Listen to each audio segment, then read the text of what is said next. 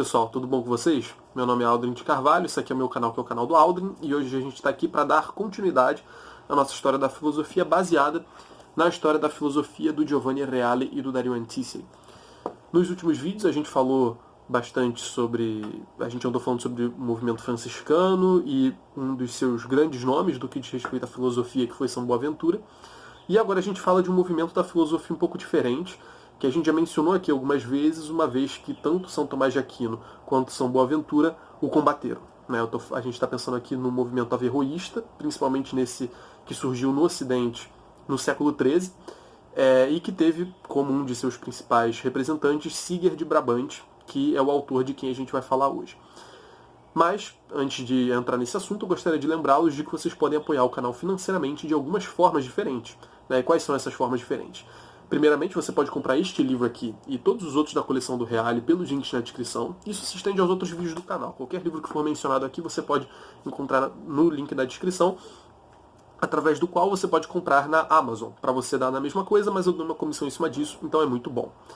Além disso, você pode fazer uma doação pontual pelo Pix, pelo aquele botão Valeu que tem ali embaixo, assim como mandar um superchat durante as lives. Mas a doação mais importante que você pode fazer, certamente, é a doação pelo Apoia-se. O Apoia-se, para quem não sabe, é uma plataforma de apoio mensal, onde você pode selecionar uma quantia qualquer, no meu caso a partir de R$2, para me doar mensalmente. Por mais que R$2 pareça pouca coisa, é muito interessante, porque você doando R$2 todo mês, para mim faz uma diferença, porque eu consigo prever quanto de dinheiro vai entrar no mês seguinte. Então, para mim é muito bom e, enfim, seria muito bom que você pudesse ajudar. Mas, enfim, sem mais delongas, vamos para o vídeo.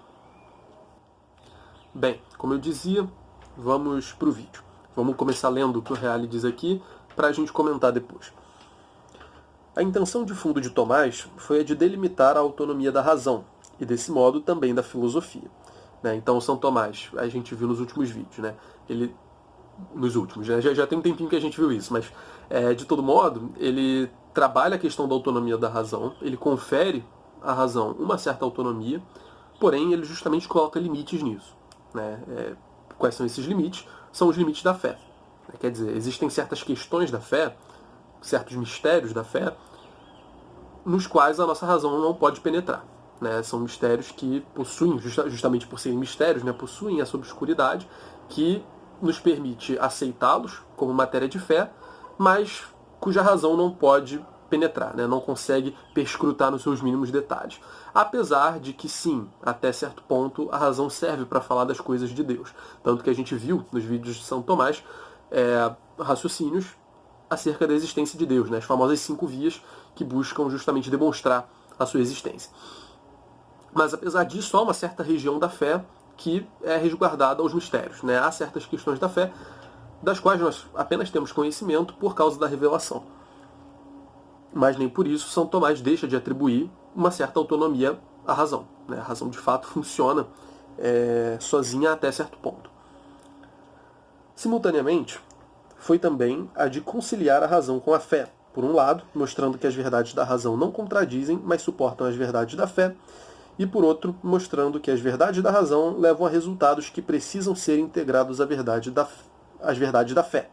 E se quisermos que os problemas mais urgentes e profundos do homem tenham solução satisfatória. Então, São Tomás, ele, além de atribuir autonomia à razão e limitá-la, ele busca conciliar a razão com a fé, mostrando que as verdades da razão não contradizem, mas suportam as verdades da fé.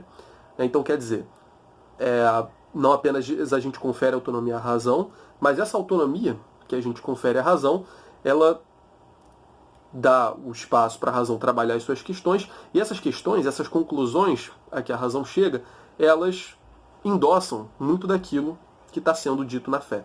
Como eu dei o exemplo agora, essa questão das 5 vias. Pela razão a gente chega à conclusão de que há um ser que é necessário, de que há um ser que é eterno, de que há um ser que é primeiro movente. E tudo isso, a fé nos diz, são atribuições de Deus, características de Deus, por assim dizer. Então, as verdades da razão, elas não apenas coexistem com as verdades da fé, mas também as suportam. Elas dão suporte, elas confirmam, reiteram aquilo que a fé está dizendo. Elas não apenas não contradizem, mas endossam, muitas vezes.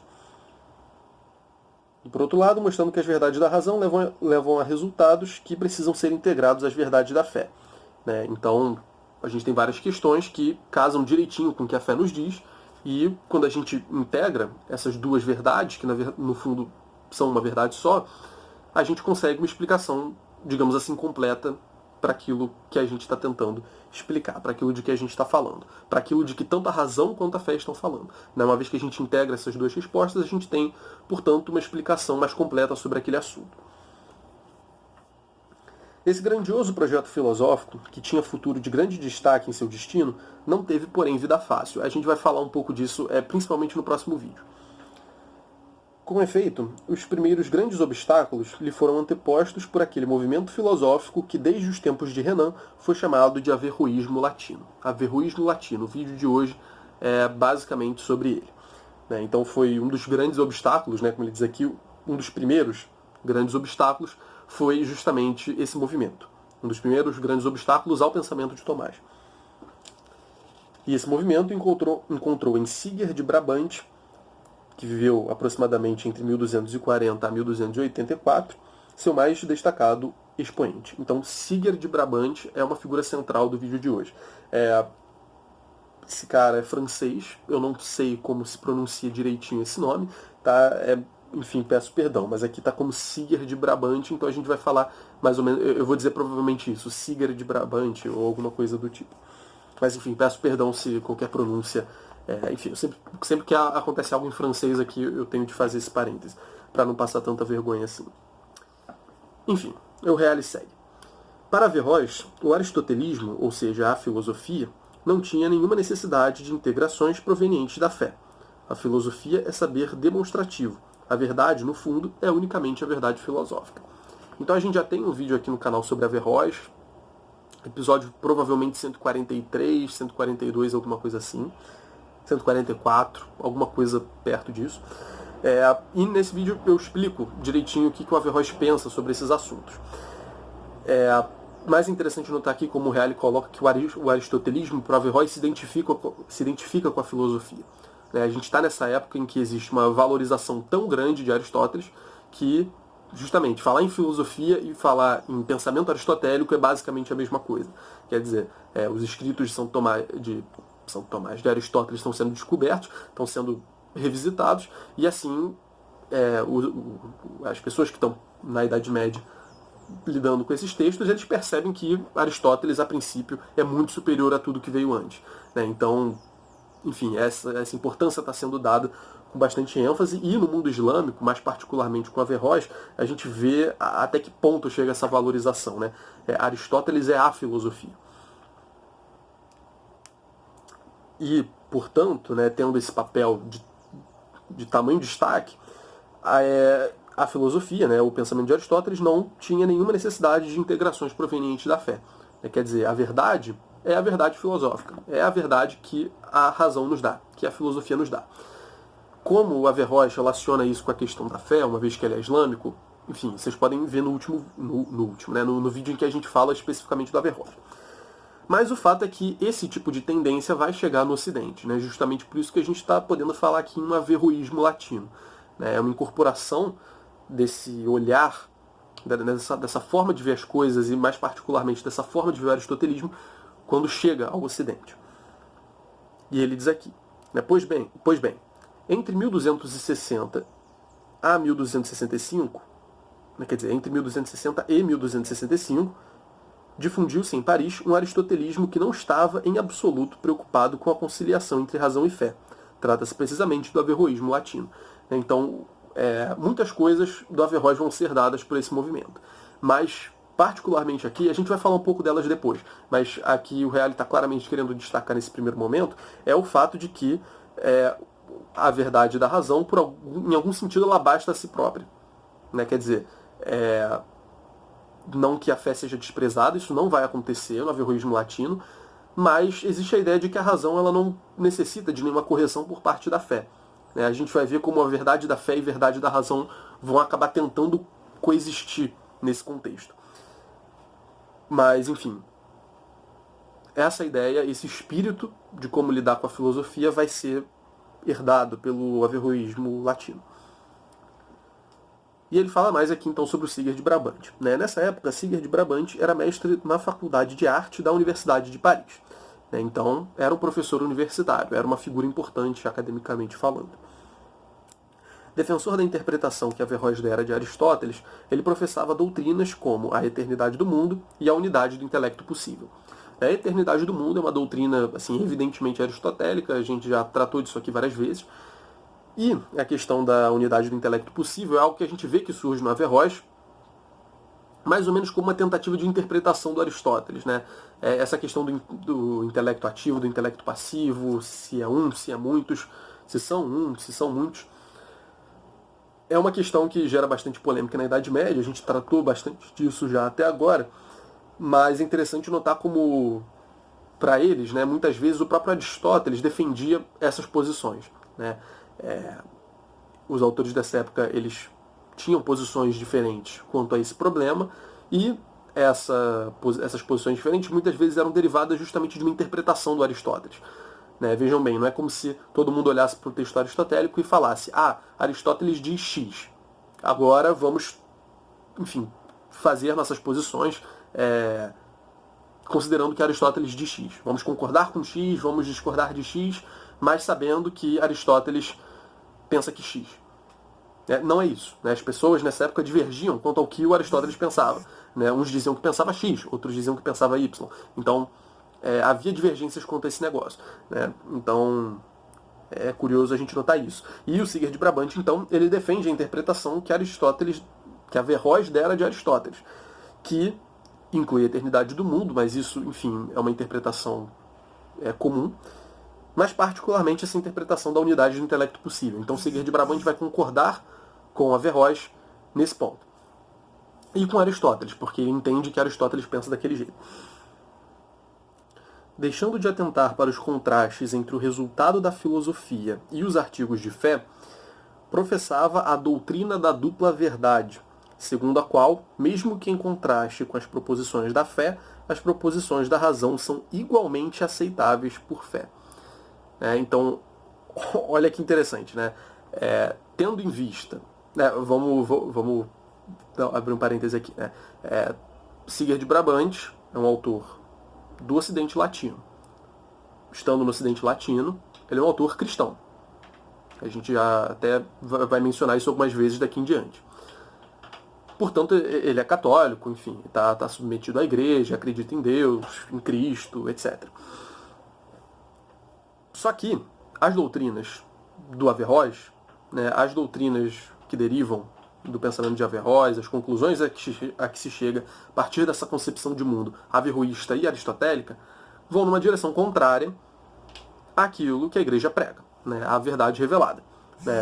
Enfim, a gente já comentou disso outras vezes, mas pegando aqui esses dois exemplos, né, eternidade do mundo e unidade do intelecto possível. Eternidade do mundo, bem, a gente sabe pelo Gênesis que o mundo foi criado, né? Então não convém a um cristão defender isso, né? É contraditório àquilo em que ele acredita. Em segundo lugar, a unidade do intelecto possível, né? Por uma série de razões, a gente já viu aqui, uma série de vezes, que essa concepção ela implica numa mortalidade do ser humano individual, né? Portanto, aquilo que permanece não é a alma individual de cada homem, mas é sim esse intelecto possível, ou intelecto agente, dependendo do autor, que transcende cada homem individual. Assim, o que há de individual em cada homem se esvai com a morte. O que permanece é isso que há de uno, e do qual participam todos os homens. Isso também é anticristão no sentido de que o cristianismo, ele, de certa forma, pressupõe a imortalidade da alma, né? Uma vez que o homem será revivido no futuro, né? Ressuscitará no dia do juízo final e tudo mais, bem, o homem precisa existir ainda, né? Então, precisa haver uma certa imortalidade pessoal, individual, para que isso aconteça. Então, tanto a doutrina da eternidade do mundo como a doutrina da unidade do intelecto possível vão na direção contrária do que a igreja ensina. Portanto, a princípio, né, a gente poderia pensar, com uma cabeça um pouco mais normal, por assim dizer, a gente seria levado a ou aceitar uma coisa ou outra. Né? Quer dizer, ou a gente fica com a igreja ou a gente fica com Aristóteles, ou a gente fica com a igreja ou a gente fica com Averroes. Mas o Sigurd de Brabant, ele vai arrumar um jeito de de assentir com relação a tanto uma verdade quanto a outra, ao mesmo tempo sem conciliá-las. Que é justamente com essa doutrina da dupla verdade. Mesmo que em contraste com as proposições da fé, as proposições da razão são igualmente aceitáveis por fé. Então, tanto uma coisa quanto a outra são igualmente aceitáveis. Vamos seguir vendo como isso vai se desenvolver. Sigurd Brabant se apresenta como um expositor das opiniões do filósofo, ainda que as opiniões de Aristóteles fossem contrárias à verdade. Então, Sigurd ele se colocava na posição de quem ali está explicando Aristóteles, está falando sobre Aristóteles, ainda que as opiniões de Aristóteles fossem, como ele diz aqui, contrárias à verdade. Por outro lado, ninguém deve tentar submeter à investigação racional aquilo que supera a razão, as questões da fé, os mistérios, etc. Assim como ninguém deve negar a verdade católica com base em razões filosóficas. Então, ele vai sim dar o assentimento dele às verdades da razão, às verdades do aristotelismo, da filosofia, mas ele vai dizer que a gente não deve usar essas verdades para criticar as verdades da fé, que também são verdades.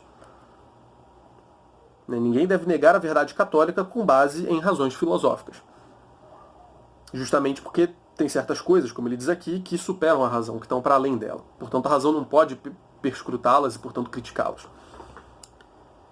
E aí ele começa a fazer umas comparações com Tomás, e enfim, ele faz algumas oposições aqui.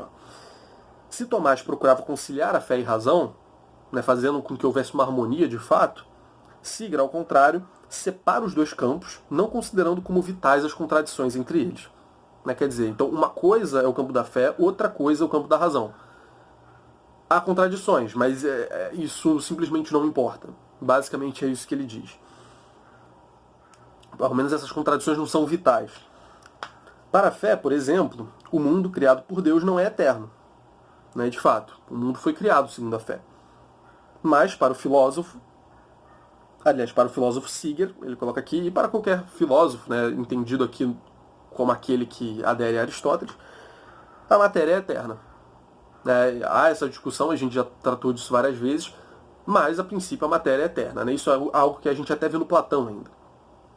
Então a matéria não foi criada. Então essa verdade contradiz a verdade da fé de que Deus criou todas as coisas. Mas ele dá o assentimento dele a isso também. Mas como uma verdade de razão, não como uma verdade de fé. Esses campos estão separados. Ele dá assentimento tanto a uma coisa quanto a outra. Deus é o primeiro motor sempre em ato, de modo que a criação é uma necessidade que brota daquilo que Deus é, e não fruto de sua livre iniciativa. Isso é uma doutrina que a gente vê também no mundo islâmico, aparecendo várias vezes. A criação é uma necessidade que brota da natureza de Deus. Não foi um ato livre, ele não virou e falou, vou criar. Como se ele pudesse ter escolhido o contrário. Quer dizer, como se Deus pudesse não ter criado se ele não quisesse. Não. O que o Sigurd vai defender aqui, seguindo uma certa tendência da tradição islâmica, é que a criação brota de Deus. Ela é necessária. Deus, portanto, não cria livremente. É algo que acontece de maneira necessária. E ele diz aqui, a fé nos fala de uma alma individual, mas para o filósofo Sigurd, o intelecto é uno e idêntico para todos os homens. Então a fé está dizendo que a alma é individual, o que de imortalidade que você tem no homem é individual, abarca as individualidades de cada um, mas para o Sigurd o intelecto é uno e idêntico para todos os homens. Então, para o filósofo, a opinião, a conclusão a que ele chega pela razão é diferente daquilo que a fé apresenta. Só que o Sigurd não se alarmava com tais contrastes flagrantes, já que, segundo suas declarações, como já assinamos, ele expunha as opiniões de Aristóteles sem presumir que fossem verdadeiras, acrescentando que, embora a santa fé católica se mostrasse contrária às opiniões dos filósofos, é ela que nós queremos proferir agora e sempre. Então, ele diz que essas ideias são verdades da razão, são coisas a que os filósofos chegam e que fazem sentido, e que são demonstráveis e tudo mais, mas no fim das contas, né, se a gente estiver numa certa bifurcação, num certo impasse em que a gente tem de escolher entre a verdade da fé e a verdade da razão, a gente fica com a verdade da fé. Né? A gente fica com a igreja, por mais que a opinião dos filósofos diga o contrário. E demonstre o contrário, esteja o tempo todo conduzindo o nosso raciocínio a pensar o contrário. Então é interessante notar aqui, né, como ele coloca a razão em contradição com a fé, e ele não pretende superar essa contradição, mas justamente nesse impasse, ele fica com a verdade da fé, no fim das contas. Apesar de, num certo sentido, ainda considerar a verdade da razão como uma verdade. Isso, inclusive, cabe mencionar aqui, não sei se está muito confuso, mas cabe mencionar aqui que isso é objeto de muita discussão. Né? O que realmente ele queria dizer quando uma coisa e a outra são verdades ao mesmo tempo, né? Justamente é uma dupla verdade, né? A fé diz tal, a razão diz tal. Isto é verdade, aquilo também é verdade. Né? O que ele quer dizer com isso? Existe uma série de discussões a esse respeito. Tá? Mas é curioso notar, então, como entre duas verdades que ele aceita como verdade, uma da fé e uma da razão, ele fica com a da fé e esquece a da razão, por mais que haja muitos bons motivos para crer que a verdade da razão, digamos assim, se sobrepõe à verdade da fé. Uma vez que há motivos racionais, lógicos e tal, a que os filósofos chegaram com o seu pensamento, né, executando a sua filosofia.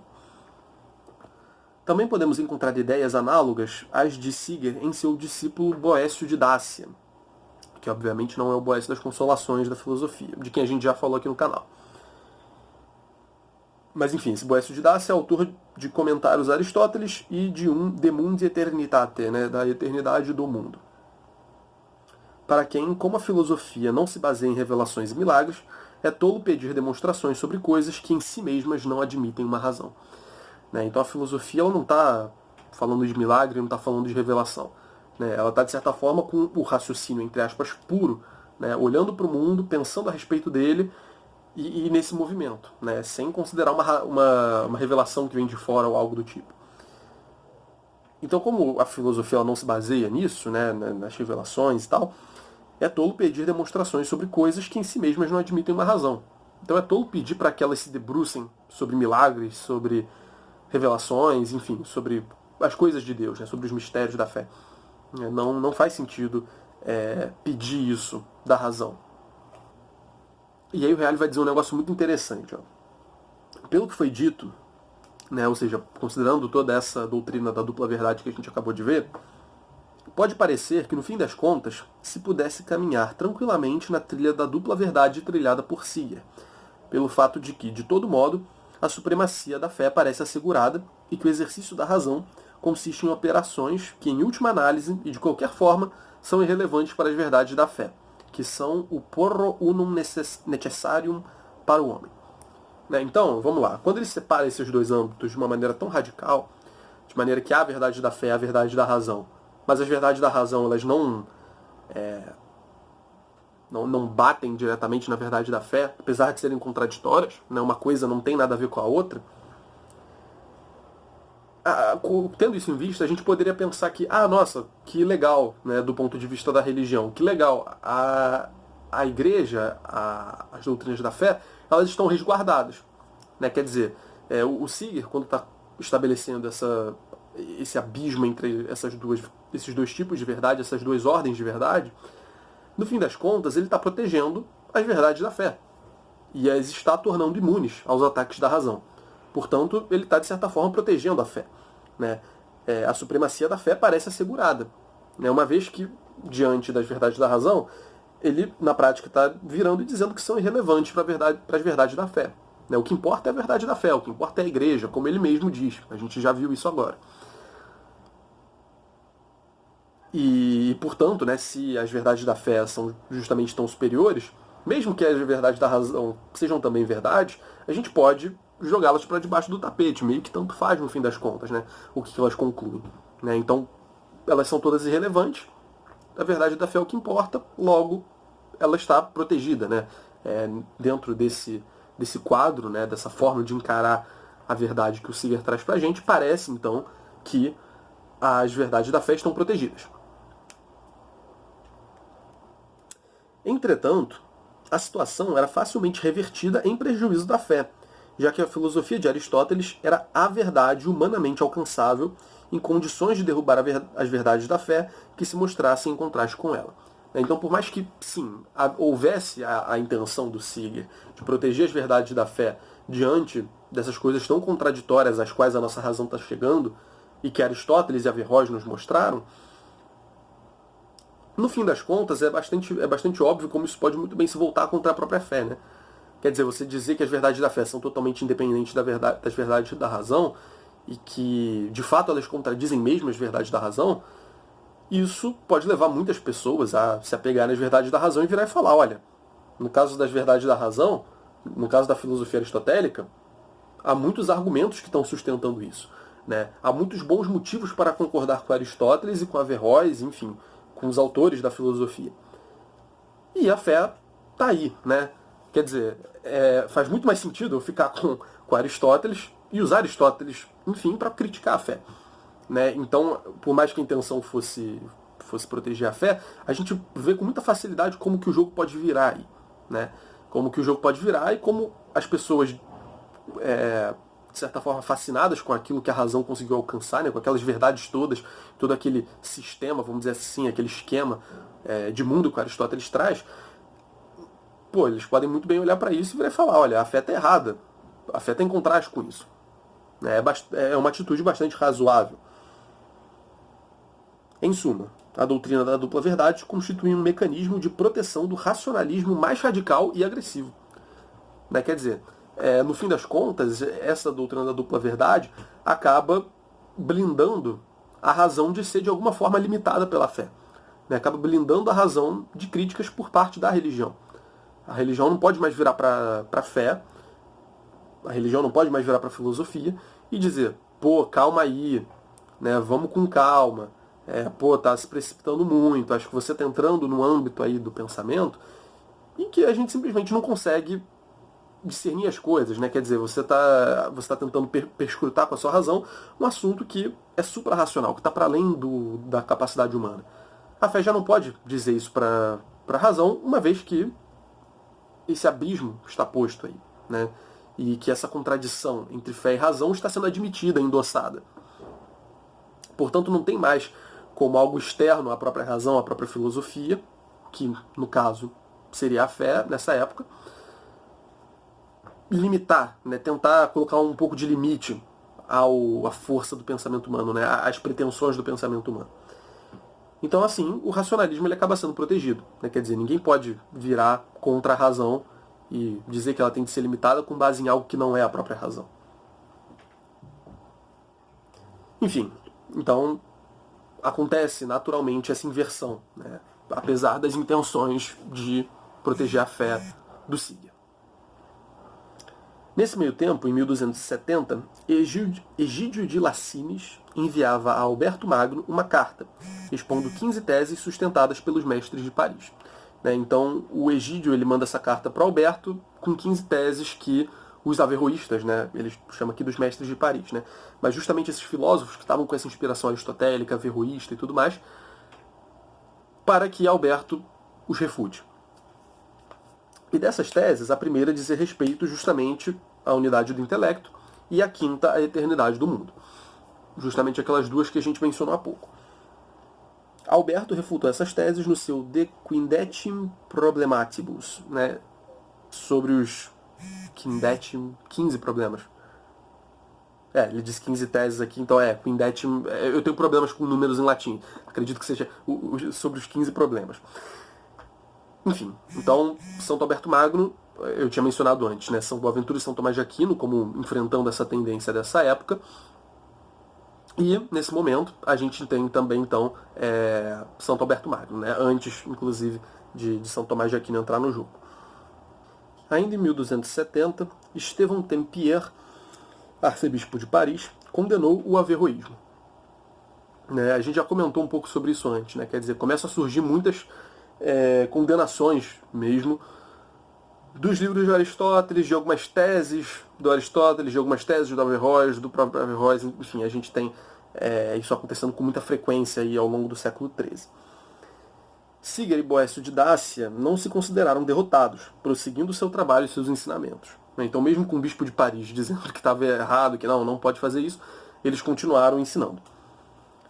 Até que, em 1277, novamente o Tempier condenava 219 proposições e com elas o averroísmo e o aristotelismo. Então ele pegou todas essas proposições, eu sempre esqueço esse número, 219 proposições, e condenou-as como heréticas, como sendo algo que leva a um lugar contrário aonde a fé nos leva, né? Do ponto de vista do pensamento, né? Nos leva a crer coisas que são contrárias à fé. Enfim, o bispo de Paris ele proibiu isso, ele condenou essas teses, e ali você tinha teses mais propriamente averroístas de fato, mas você também tinha teses que eram aristotélicas e, enfim, talvez nem tão averroístas assim. Intimado pelo Tribunal da Inquisição como acusado de heresia, Siger apelou para o Papa. Obrigado a permanecer junto à corte papal, Siger acabou assassinato por um clérigo enlouquecido que estava a seu serviço. Então, enfim, essa foi a morte do Siger. Isso ocorreu entre 1281 e 1284 em Orvieto, num período em que a corte papal encontrava-se naquela cidade. Enfim, então ele teve de permanecer junto à corte do Papa, enfim, talvez sendo protegido, alguma coisa assim, mas parece que não adiantou muita coisa, ele foi morto de qualquer forma. Aí ele fala um pouco aqui, dentre os numerosos escritos de Siger, devemos recordar Questiones in Librum Tertium de Anima, questões sobre o terceiro livro do De Anima, o livro de Aristóteles, escrito em torno de 1268. Então, enfim, a gente consegue imaginar qual era o interesse do Siger por essa obra aristotélica. É justamente a obra em que esses conceitos, intelecto passivo, intelecto agente, enfim, as questões sobre a alma, de maneira geral, aparecem, justamente no tratado sobre a alma, De Anima. De Aeternitate Mundi, sobre a eternidade do mundo, novamente também um tema que a gente já viu que era do interesse dele, em torno de 1271, e Tractatus de Anima Intellectiva, tratado do intelecto, da alma intelectiva, do intelecto agente. Aliás, do intelecto, da alma intelectual, entre 1272 e 1273. Aí o Reale fecha dizendo aquilo que eu já mencionei um pouco no começo. Ele diz que São Boaventura criticou duramente os erros de Siger e de todo o aristotelismo. De fato, se vocês voltarem a algum vídeo, a gente tem um vídeo exclusivamente dedicado às críticas de São Boaventura ao aristotelismo. Obviamente não esgotam-se todas, mas de uma maneira bastante geral, tá ali explicadinho, segundo a seleção do Reale das críticas. Mas a gente vê, então, bem marcado no pensamento de São Boaventura justamente essa combatividade com relação ao Aristóteles, enfim, as doutrinas aristotélicas. Tomás, por seu turno, escreveu em 1270 o De Unitate Intellectus contra Averroistas Parisienses. Enfim, essa formulação do latim está bem próxima do português, sobre a unidade do intelecto contra os averroístas de Paris, parisienses, afirmando que Averroes foi mais corruptor do que comentador de Aristóteles. Então, Averroes escreveu os seus comentários, mas, segundo São Tomás, ele mais corrompeu o pensamento do Stagirita do que o explicitou como ele realmente era. E é interessante, porque a gente vai ver no próximo vídeo. No próximo vídeo a gente vai falar um pouco mais sobre essa resistência que surgiu com relação a São Tomás. Mas é curioso, aliás, com relação ao aristotelismo de maneira geral, incluso aí São Tomás. Mas é curioso ver como, apesar de São Tomás posteriormente, apesar de algumas teses de São Tomás posteriormente terem sido condenadas, tendo sido declaradas como incompatíveis com a fé, o próprio Tomás, ele escreveu um tratado contra a unidade do intelecto, justamente combatendo a mesma coisa que a igreja estava combatendo, combatendo justamente essas doutrinas derivadas do Averroes. Então, enfim, a gente vai explorar um pouco mais, digamos assim, dessa contradição que acontece aí, dessa infelicidade que acontece com São Tomás de Aquino, no próximo vídeo, em que a gente vai falar um pouco sobre alguns movimentos que surgiram tentando, contrariamente ao aristotelismo, defender uma posição mais agostiniana e, portanto, mais platônica da realidade, da metafísica, da filosofia.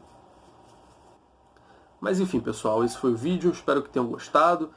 Peço desculpas se ficou alguma coisa muito confusa, que eu tive de parar algumas vezes no meio do vídeo para responder mensagem aqui. Então eu tô com a cabeça em 2 lugares ao mesmo tempo, mas eu acho que ficou direitinho, né? Realmente, essa é uma doutrina que, no geral, é uma doutrina que em si mesmo é um pouco confusa, né? Quer dizer, dupla verdade. Como é que existem 2 verdades contraditórias simultaneamente, né? Bom, no fim das contas, isso como eu disse, isso é algo que, enfim, é algo que é muito discutido ainda hoje por quem estuda esse tema, né? Há uma certa incerteza de como que o próprio Siger e como os próprios averroístas encaravam essa questão. Mas enfim, isso está para além do que a gente consegue dizer nesse vídeo. Espero que vocês tenham gostado, espero que tenha ajudado em alguma coisa. Considere apoiar o canal financeiramente, das diversas formas que foram mencionadas. Pix, apoia-se, valeu, link na descrição, superchat, etc. Além disso, façam aqueles procedimentos todos de sempre. Inscrevam-se no canal, like, favoritem o vídeo, ajuda também, comentem alguma coisa e, o mais importante, divulguem o vídeo para quem vocês acharem que possa se interessar. Isso é muito, muito, muito importante. Tá bom? Valeu, gente. Tchau, tchau.